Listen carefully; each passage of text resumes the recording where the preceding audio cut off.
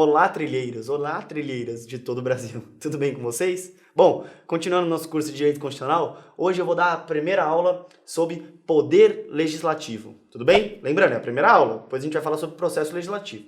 Vamos lá.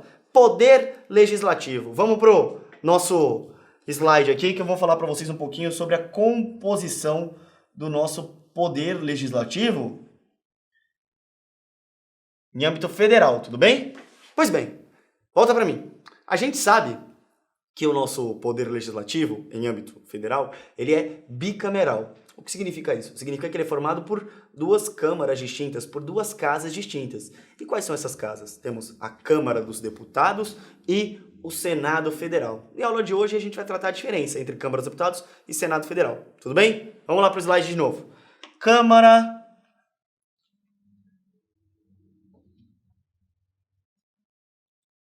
dos Deputados. E do outro lado aqui, ó, vou puxar uma outra setinha, Senado Federal. Beleza? Tranquilo. A gente sabe que o nosso poder legislativo é assim em âmbito federal. Vamos falar um pouquinho aqui, ó, vou até colocar um asterisco. Vamos falar um pouquinho sobre a Câmara. Volta para mim.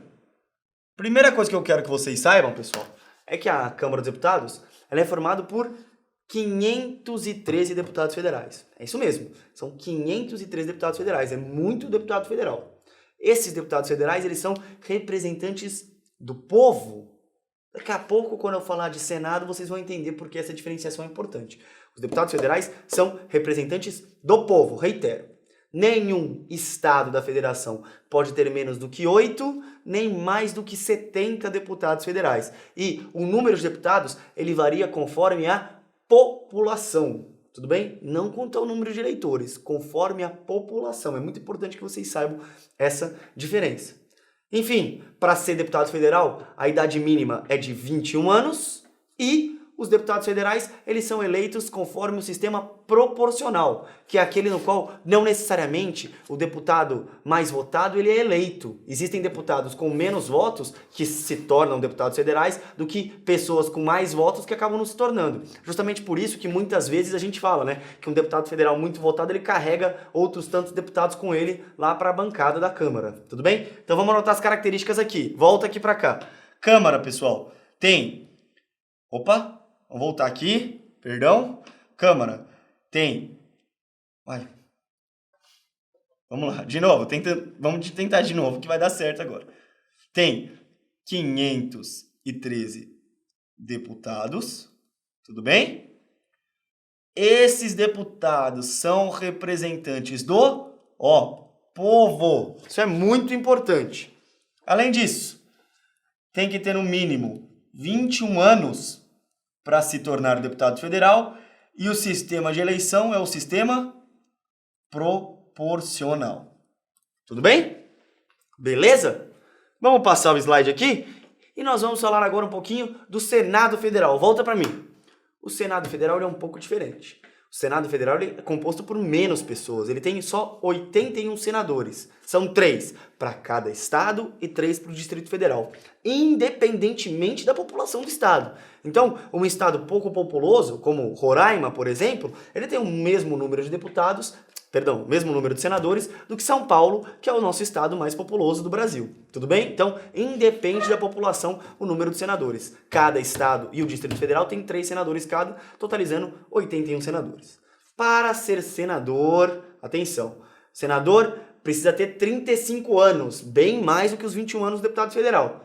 Mas o que eu quero que vocês lembrem, que o senador, ele não é representante do povo diretamente. Ele é representante da unidade federativa para o qual eleito. Então, o senador de São Paulo, ele não representa os eleitores que o elegeram. Ele representa o estado de São Paulo. Essa é a diferença entre deputados federais e senadores. É muito importante isso. E para a gente terminar nossa aula, os senadores, eles são eleitos pelo sistema majoritário simples. Isso significa dizer que o mais votado ganha em turno único. ainda que não obtida a maioria absoluta dos votos, ou seja, ainda que eu não tenha mais de 50% dos votos para um candidato, o candidato eleito é aquele que tem mais votos. Esse é o sistema majoritário simples de eleição. Vamos voltar aqui para o slide só para a gente sumarizar todas essas informações. Vamos lá. Senado Federal. Senado Federal. Ele é composto por 81 senadores. Tudo bem? Esses 81 senadores são representantes das unidades federativas. Ó, vou abreviar aqui por unidades, mas vocês já sabem que eles são representantes dos entes federativos. Além disso, eles têm que ter no mínimo 35 anos, a mesma idade para se tornar presidente da República, hein? E para terminar, o sistema que os elege é o sistema majoritário simples. Tudo bem? É isso aí? Tem o tempo, produção? Vamos lá, então. Só para a gente terminar, uma coisa muito importante. Diferenciar Câmara dos Deputados e Senado Federal. A gente costuma falar que a Câmara dos Deputados é a casa iniciadora e que o Senado é a casa revisora. Isso dá a falsa impressão de que o Senado revisa os atos da Câmara dos Deputados. Dá a falsa impressão de que o Senado é mais importante do que a Câmara dos Deputados. Como eu disse, essa impressão é falsa. Ela não é verdadeira. O Senado não é mais importante que a Câmara dos Deputados.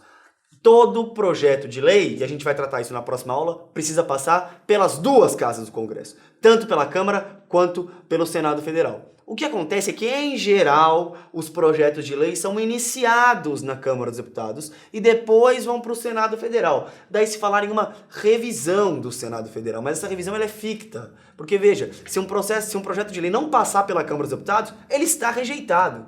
E digo mais, se um projeto de lei é iniciado por um senador ou por uma comissão do Senado, nesse caso o projeto se inicia no Senado. Aí o Senado é a casa iniciadora e a Câmara se torna a casa revisora. Então, pelo amor de Deus, não existe hierarquia entre as duas casas do nosso Congresso Nacional. O processo legislativo a gente vai estudar na próxima aula, Poder Legislativo 2. Beijo grande, adiós!